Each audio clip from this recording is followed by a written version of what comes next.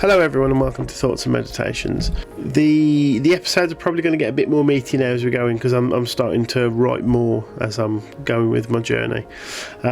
This is perhaps one of the last of the smaller sort of episodes, but again it was just a thought from reading some of the scripture. So it was when Christ goes into the desert for 40 days and nights. Now, the first thing that hit me straight away is there's a lot of similarities there with obviously the Israelites when they're following Moses, and they have 40 years in the wilderness, so it's the same number, and that they're going, and it's almost like a rite of passage that has to be made. You're going to go through this wilderness, this time of uncertainty, but you're going to come out the other end if you just follow God. And I just found it was a really interesting sort of parallel there, and that's something maybe we should be taking away actually in our journey with God. In that, there are going to be times of absolute wilderness where we're walking around and we're unsure, but we just keep the faith, keep walking ahead, keep having God with us, and go from there. Don't deviate. Don't try and rationalise things. Just keep going with God. But yeah, the other part of that, the 40 nights in the desert that struck home is, so when the devil appears and tries to tempt Jesus 3 times. So the first one is he's got the power to turn bread from stones to feed him, and he's hungry. Now straight away you've got a parallel with Moses and the Exodus story, because the bread or manna that God provides to feed them. And the fact that Christ has this power because he is God, it's something he could readily fix this.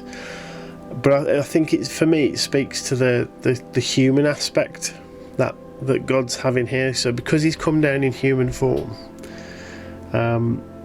he's experiencing everything that we possibly can, because he's getting as close to us as he can. He wants to experience exactly how we live. I could be wrong with this, but it's just my thought process. The second temptation is, throw yourself from the highest point of the temple and God will save you. Now, this is one of these recurring themes that I'm finding, especially in the Gospels. But it's this, and the letters afterwards. But it's this whole thing about being humble. So Christ could throw himself from the top of the temple, and God will rescue him. But instead, Jesus decides to stay humble. He knows God's going to protect him, so he doesn't have to, do this big show. He knows God's with him, and again for us as the reader, we should be remembering that God's always with us. And yeah, sometimes it's nice to have a voice or audibly hear something or a lovely feeling, but we've got to remember it's faith not feelings. We've got to be humble as we're marching with God. So again, it's showing that it's another temptation. It's basically a way that the devil's twisting what God's doing here on earth. And then the third temptation is, so basically the devil takes him up really high and he says, look at all the kingdoms of the world, they're all going to worship you if you just bend the knee. And I love this one. So this is obviously when Christ says, get behind me, Satan. He knows all of the kingdoms of the world are going to worship him regardless.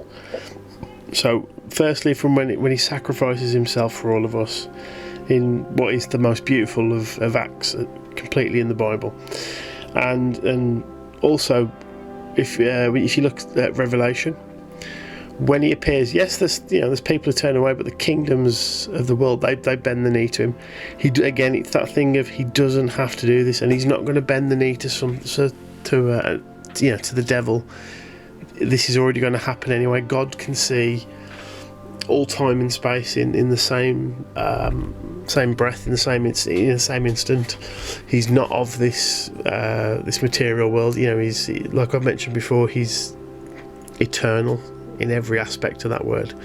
So he doesn't need to do any of this to prove him. But the fact that he gets tempted, I find quite interesting. That even, because I don't know whether, and maybe someone can help me with this, I don't know whether the devil tries to tempt Jesus because does he know he's God?